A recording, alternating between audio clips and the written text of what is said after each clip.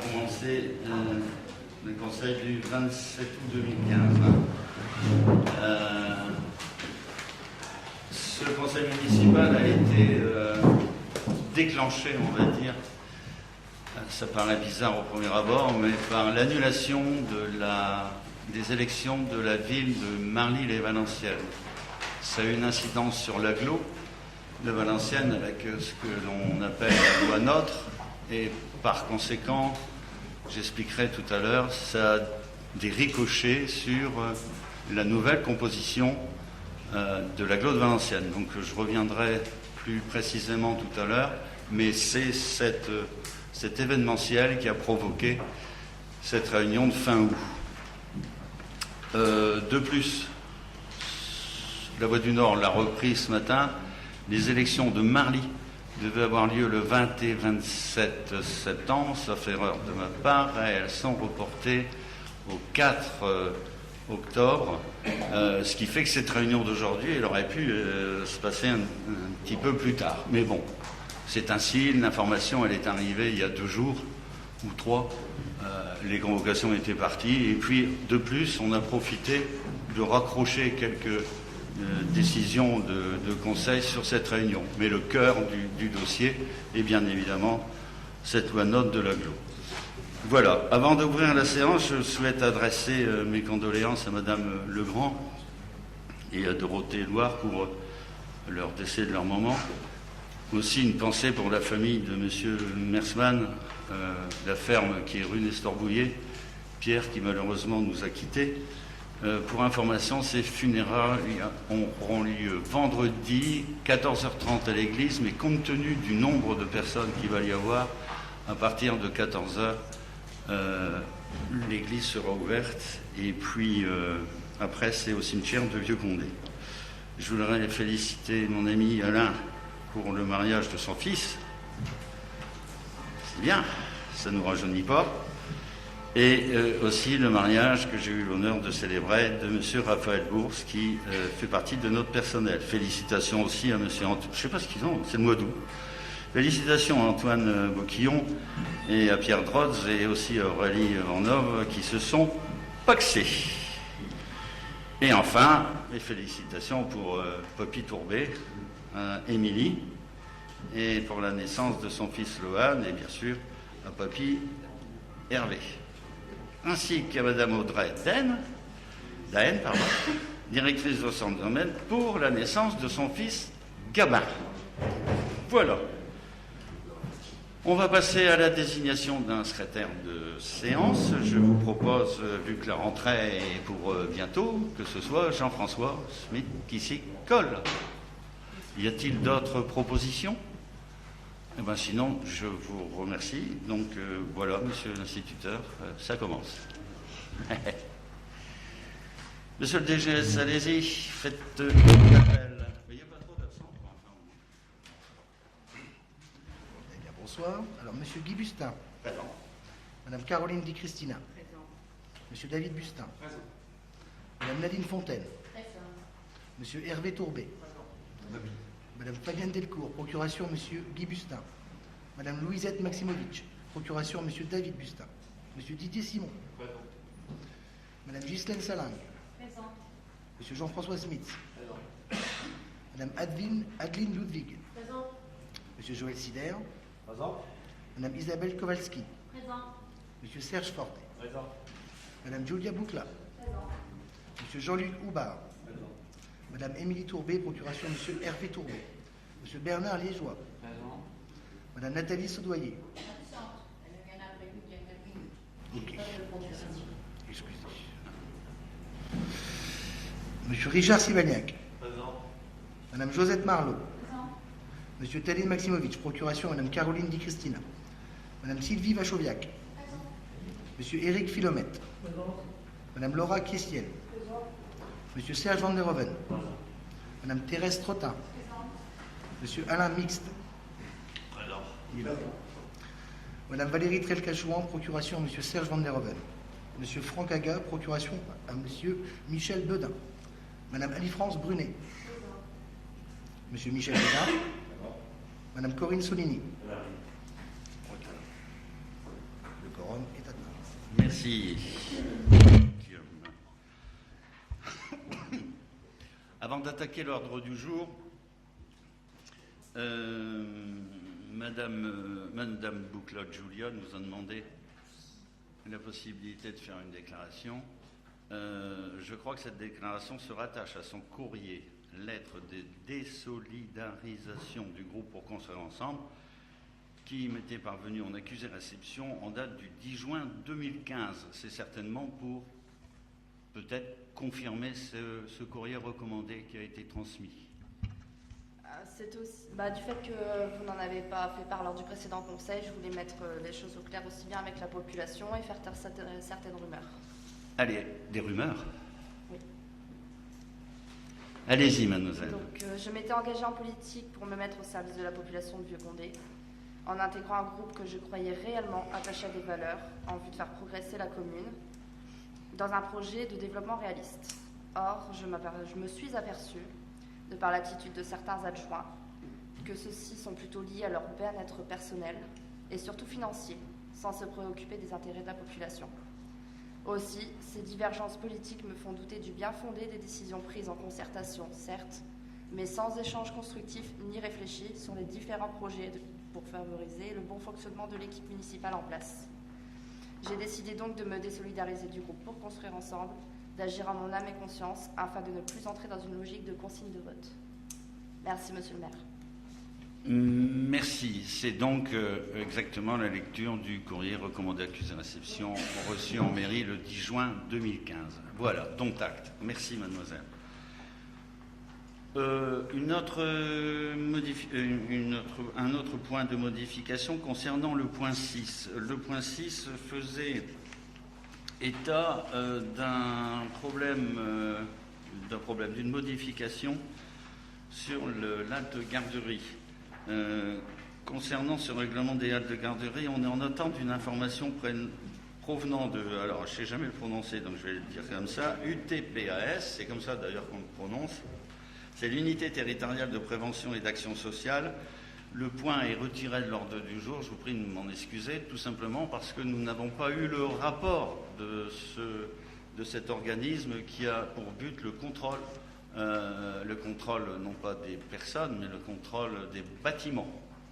Voilà, donc ce point reviendra vraisemblablement dès réception de ce document, mais bien évidemment, la halte garderie continue son service, et plus particulièrement pour la rentrée, évidemment. Bien, on va donc passer maintenant aux remarques du compte-rendu du Conseil municipal du 29 juin. Avez-vous des observations, des précisions, des choses à rajouter?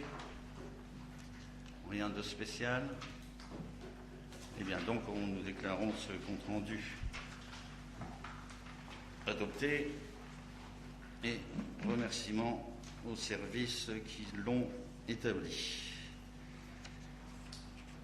En secrétariat général, donc j'en reviens au premier point que j'avais évoqué en disant que cette réunion exceptionnelle de fin août a été provoquée par un événementiel qui semble loin de nos préoccupations communales, mais alors que s'est-il passé? Comme tout le monde le sait, les élections municipales de Marly, avec du retard, avec beaucoup de retard, avec quasiment plus d'un an de retard, ont été annulées.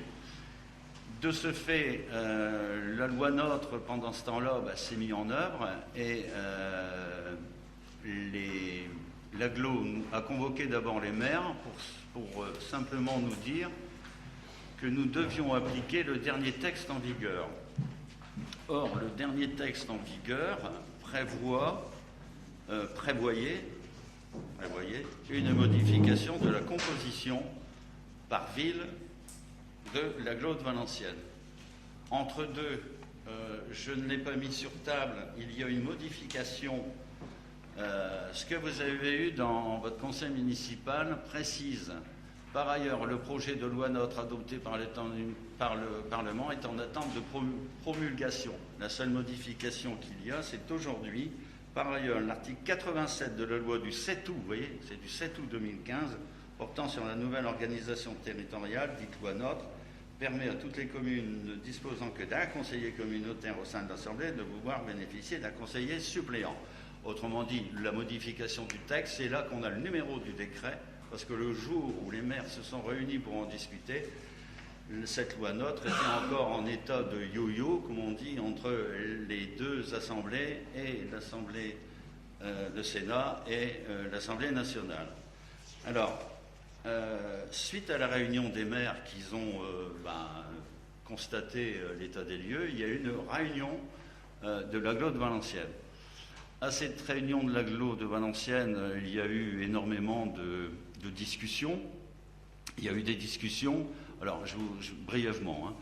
Alors, la première discussion qu'il y a eu, c'est, pas forcément dans l'ordre, hein, mais sur Valenciennes, par exemple, qui avait 10 délégués, passerait à 17 délégués. Alors, ce qu'il y a de bizarre dans cette application de la loi, la dernière en vigueur, c'est de dire la chose suivante.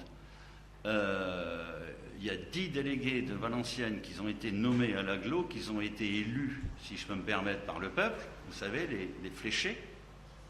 Et les 7 nouveaux qui vont arriver ne seront plus élus par le peuple, ils n'iront pas forcément aller rechercher dans la liste qu'ils avaient fait, il n'y aura plus de notion de parité. Autrement dit, c'est le conseil municipal qui va nommer,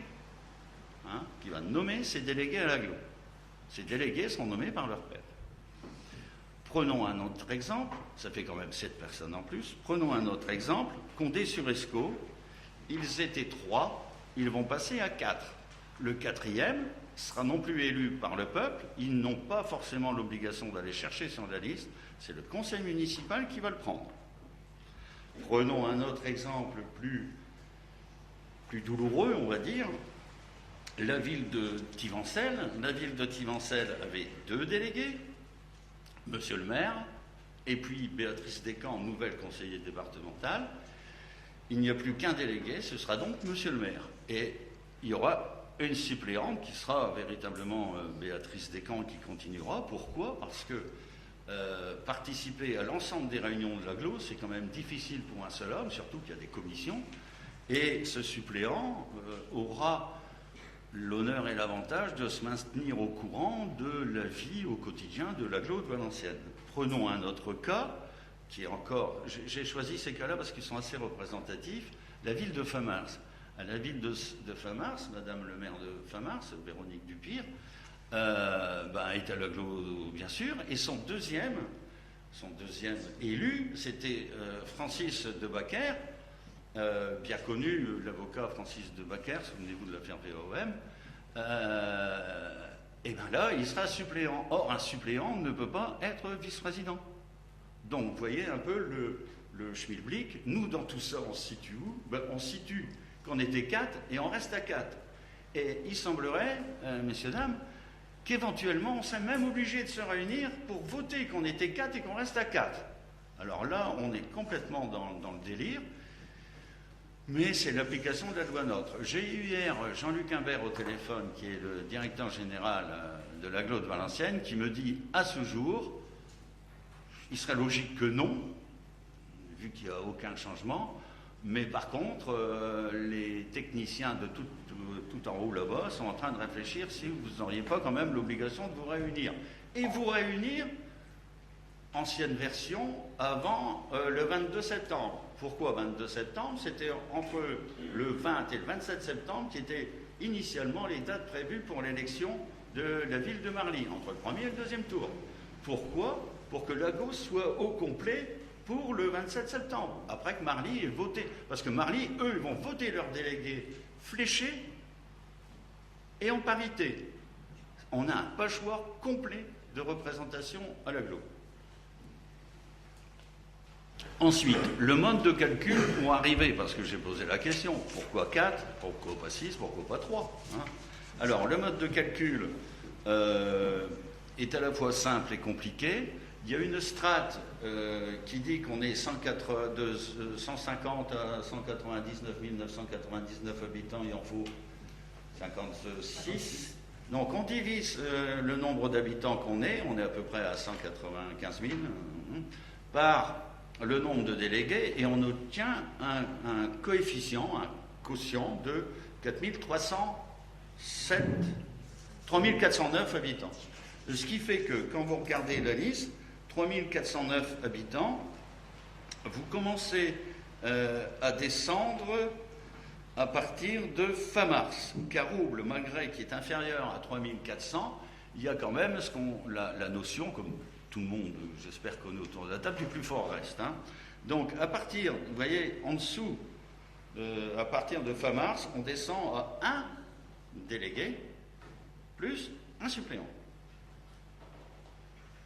Autre chose qui est important et à laquelle on s'est aussi torturé l'esprit, il semblerait que les vice-présidents en place restent en place, autrement dit qu'on ne les revote pas, parce que alors là, je ne vous dis pas pardonnez-moi l'expression, le bordel. Mais il y a quelque chose d'autre aussi. L'agglo de Valenciennes, comme toutes les agglos de France et de Navarre, a des représentants au sein des syndicats. Exemple, je vais en prendre que deux, pour ne pas faire long, les deux principaux. Le CITURV, enfin le syndicat des transports, on va l'appeler comme ça pour tout le monde, et puis Ecovalor, l'usine d'incinération de Saint-Saul. Donc là, il va falloir aussi renommer des délégués. Mais on s'aperçoit qu'il y a quelque chose qui va faire une charge de travail plus importante à ceux qui sont titulaires et non pas suppléants, c'est que dans les petites villes où il y avait deux élus, ils se partageaient le travail en disant « bon, toi tu iras au syndicat des transports, toi tu iras là », eh bien non. Donc il y aura une seule personne qui va scoltiner l'ensemble des activités périphériques à l'agglo de Valenciennes. Voilà, j'espère avoir été... Même nous, parfois, on a des difficultés à prendre la logique, mais j'espère avoir été clair. S'il y a des questions, je vous en prie, allez-y.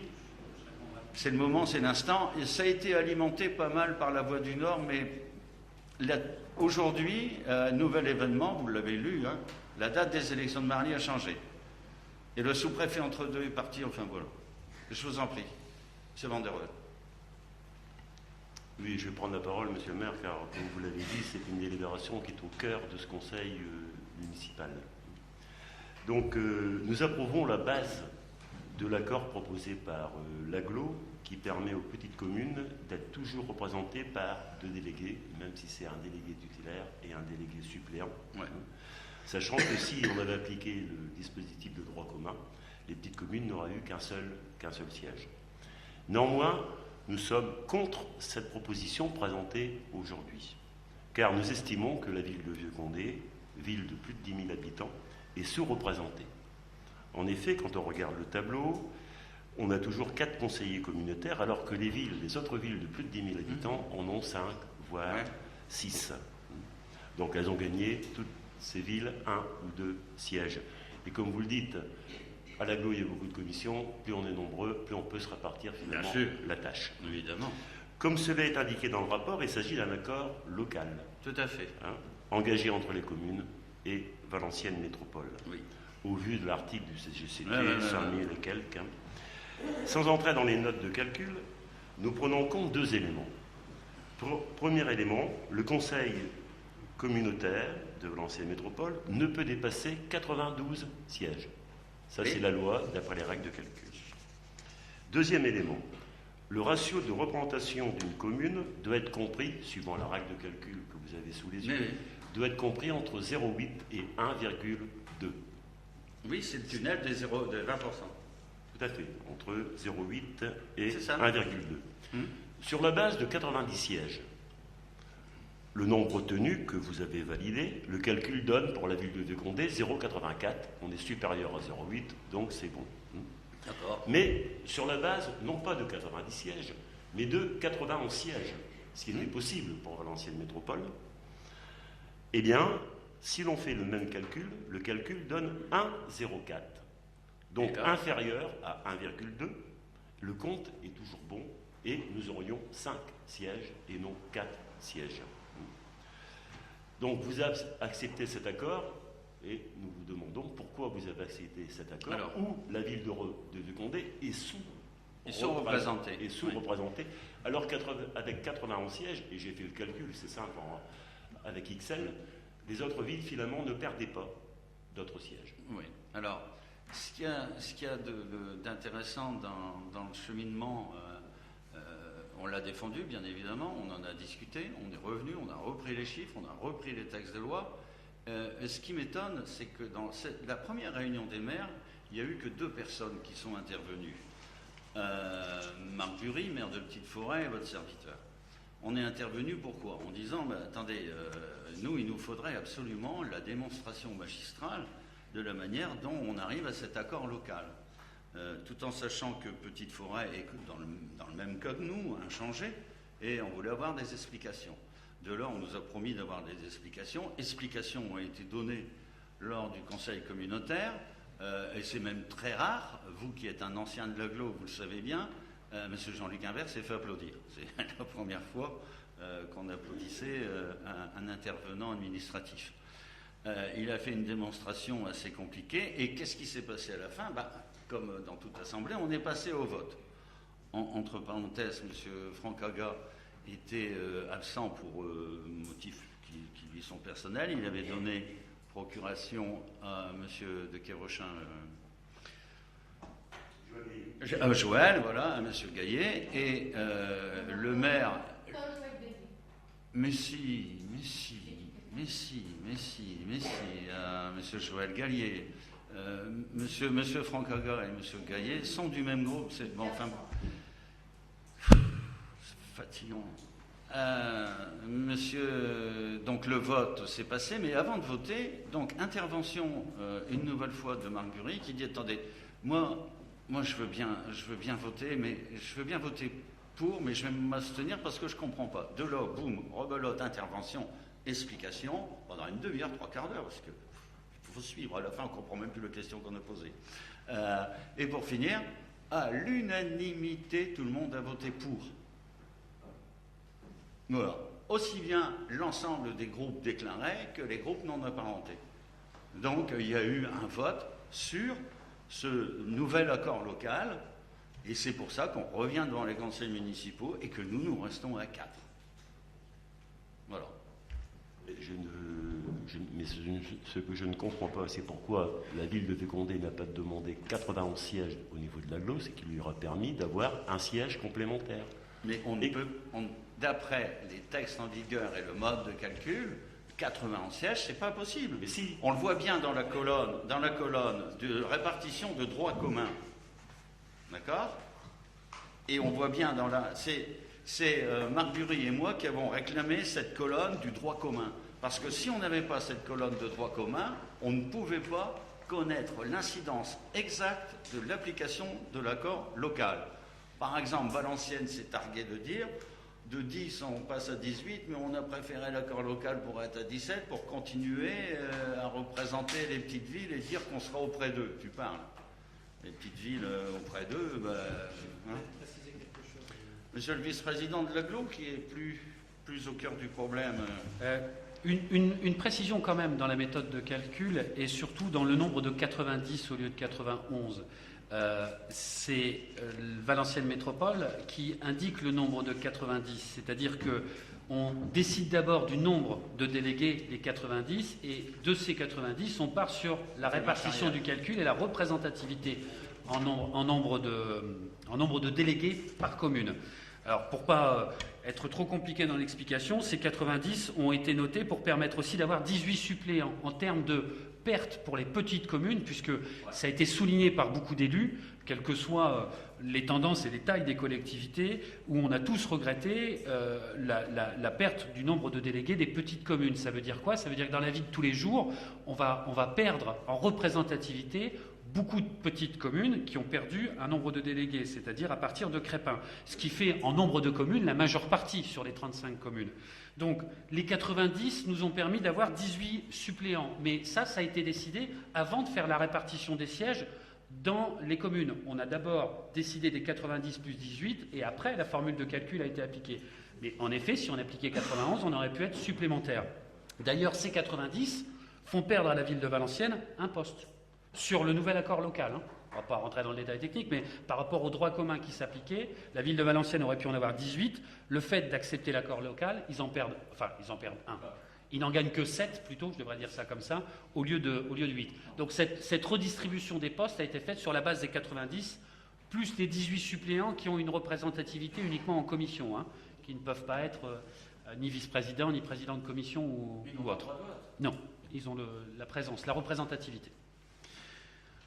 Donc, 30 secondes, monsieur Van der Ven. Pour les gens qui sont dans la salle, les communes qui perdent, hein, que vous compreniez mieux le débat, c'est Crépin, Herny, Main, Carreau, Famars, c'est pas neutre, hein.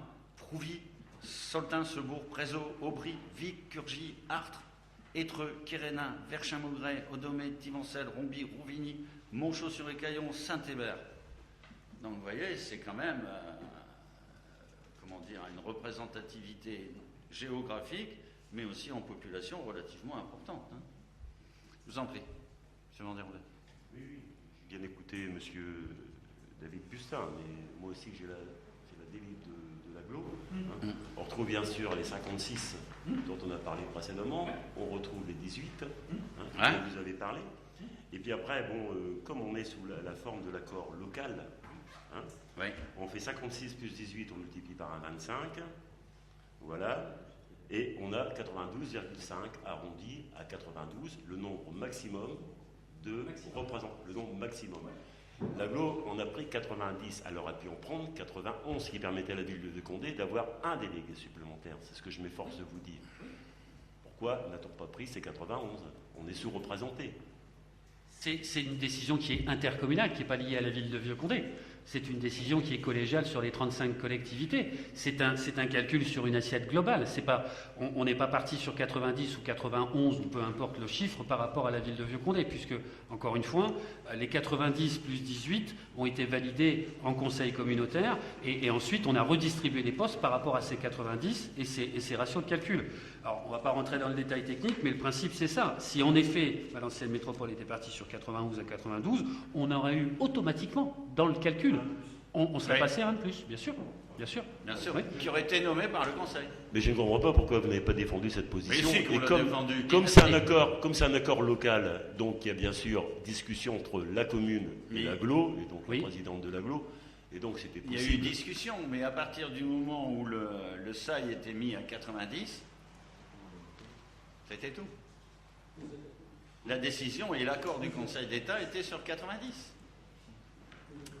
Mais de toute façon, c'est complètement fou ce truc.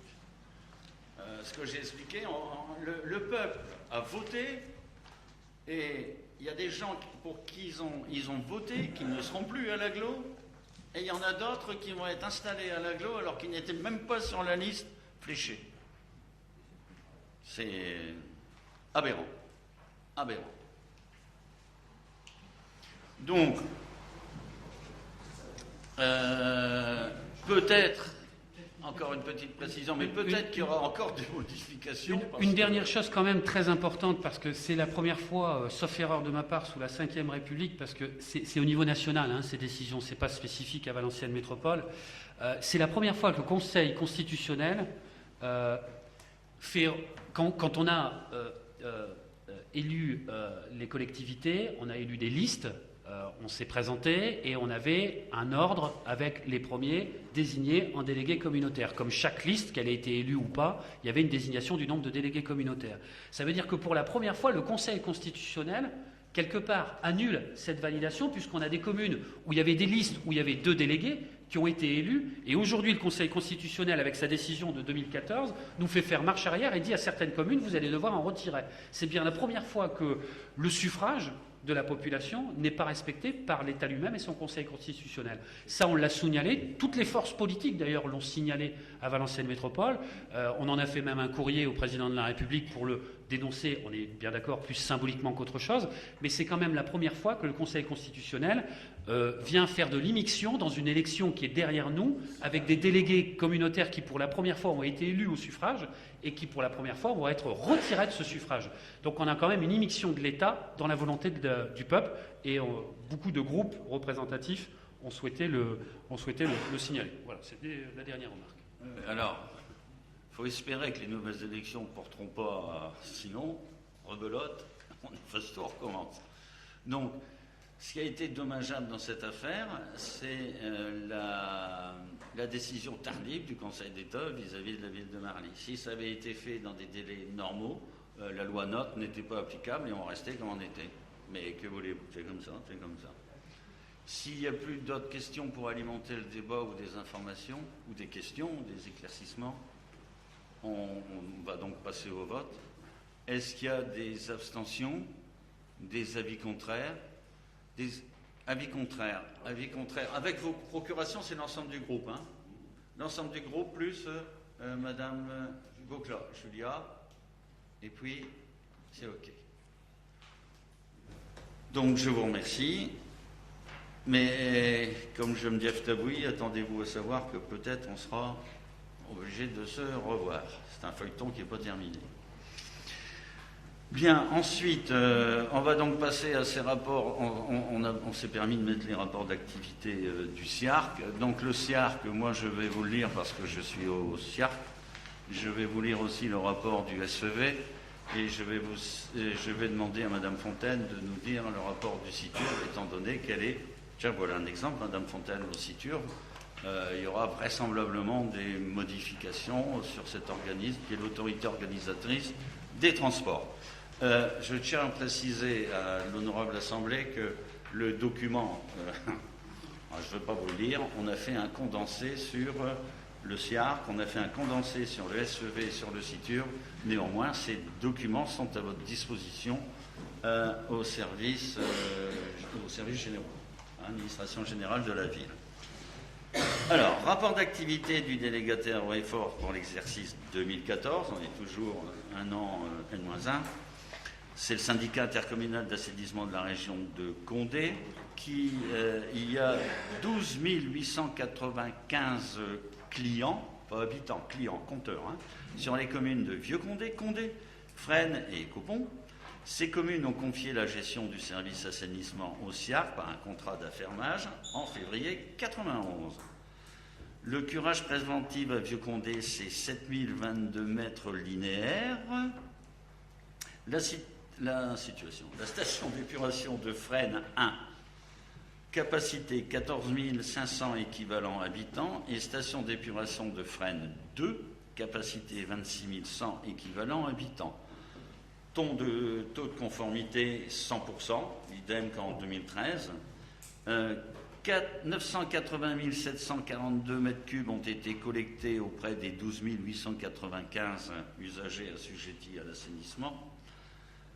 Un nouvel outil pédagogique qui s'appelle le Bistro. Alors je vais appeler comment ça s'appelle, Bistro.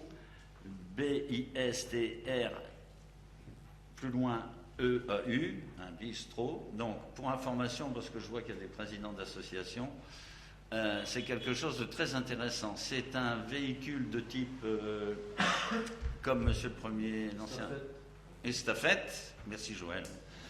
De petite estafette qui permet d'expliquer aux scolaires un peu le fonctionnement sur l'eau, sur tout ça. Ils ont des petits cadeaux, des gadgets et tout ça, mais l'intéressant pour les associations, c'est qu'ils peuvent venir et servir de point relais en désaltération des coureurs à pied, des joueurs de pétanque, des majorettes, etc. etc. C'est vraiment quelque chose de très très bien. Et au secrétariat général, il y a même une clé USB et un petit livret.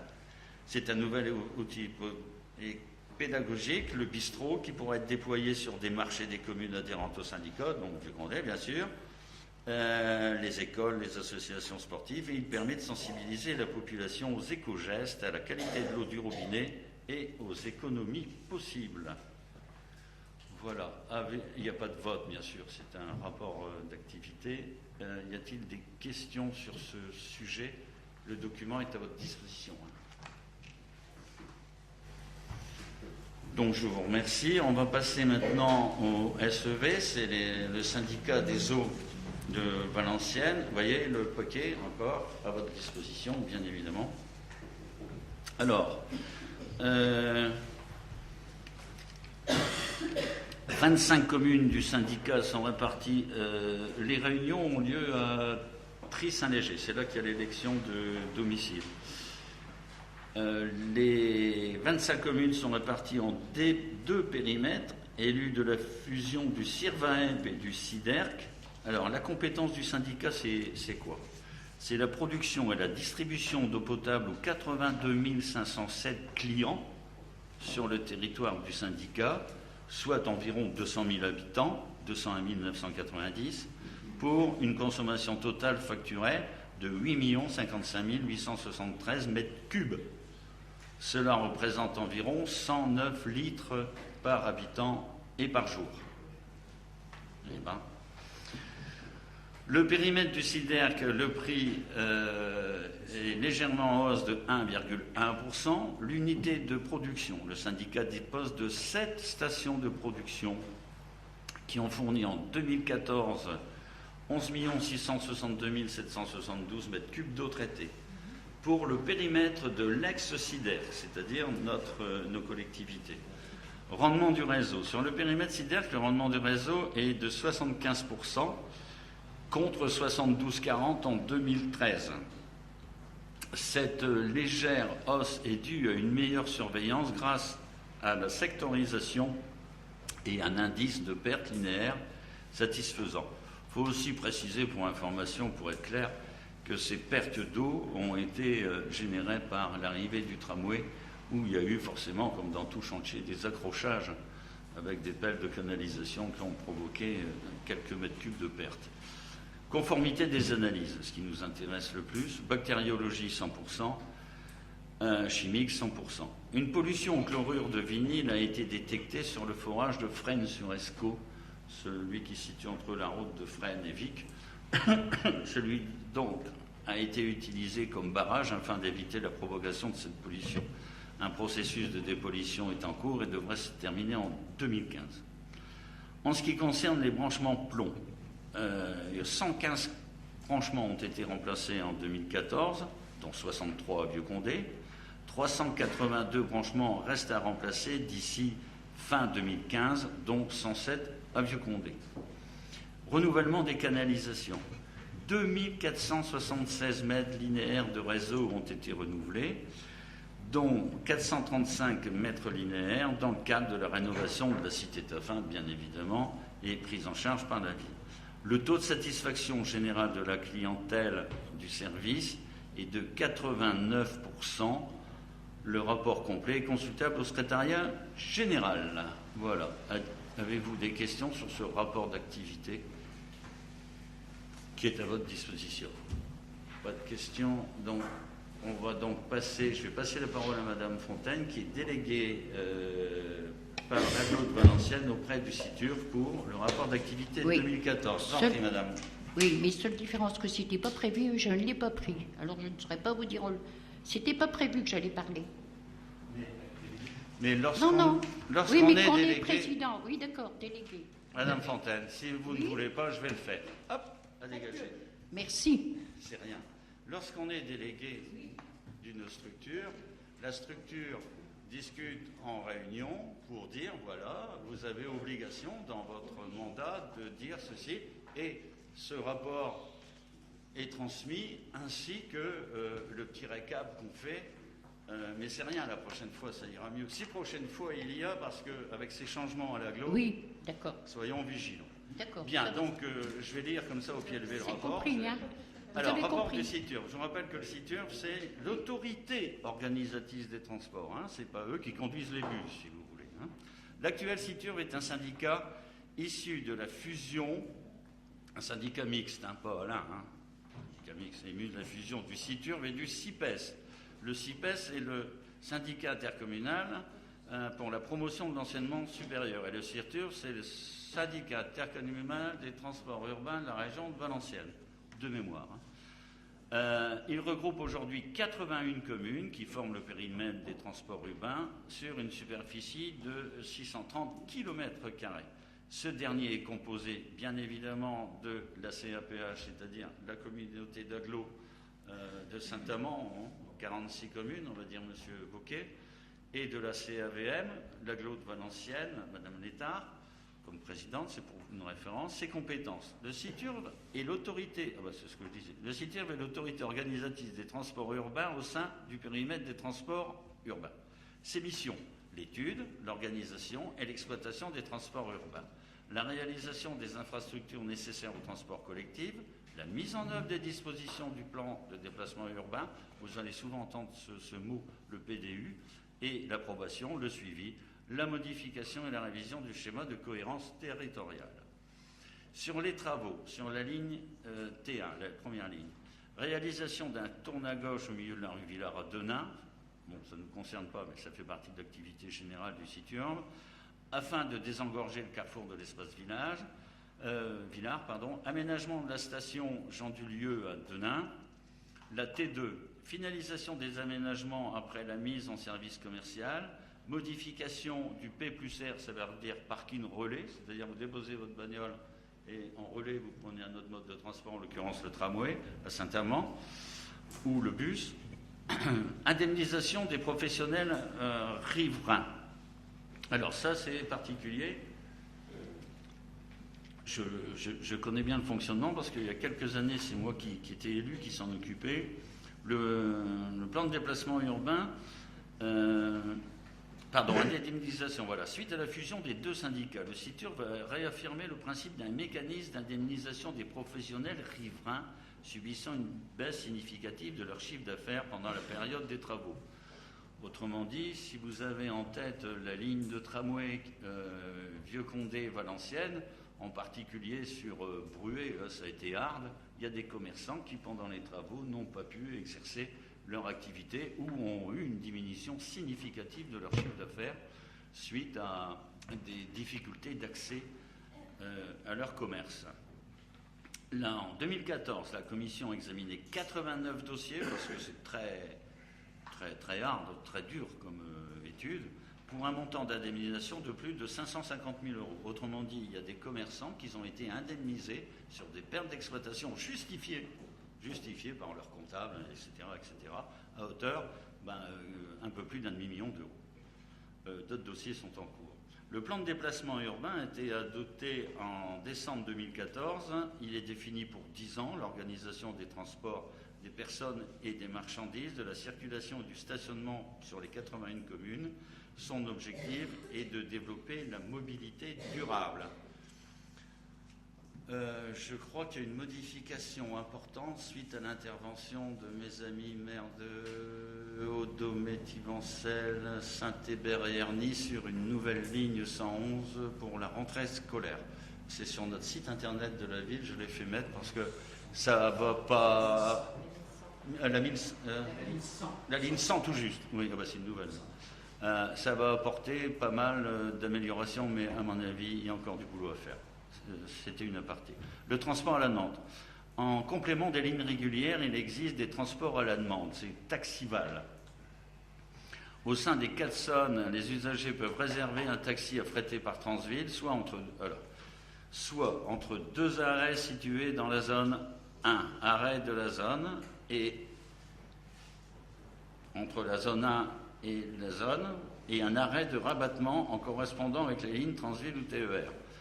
Autrement dit, de mémoire, pour les gens qui habitent, je me plais toujours à dire, le trou du cul du monde à Saint-Hébert, ou des délaissés comme ça de la colonne vertébrale que fait le tramway et les bus, il faut rabattre les gens sur cette ligne. Et du temps de M. Chevalier, on avait innové en disant ces gens-là auront droit à un taxi, mais pas pour les conduire, par exemple, de Saint-Hébert au cinéma à Valenciennes, mais à l'arrêt de bus le plus proche. Et avec leur ticket de bus, sans payer de complément ou de supplément. Voilà. Ensuite, il y a un service Sésame, dont à l'époque j'étais le responsable. Le service Sésame s'adresse aux personnes handicapées moteurs ou visuels, permanents ou temporaires. Le transport est assuré par des minibus spécialement aménagés pour favoriser l'accès des fauteuils roulants ou par des taxis affrétés par les services Transville. Il y a quand même 23 600 voyages qui ont été effectués en 2014. Voilà, le rapport est consultable au secrétariat général.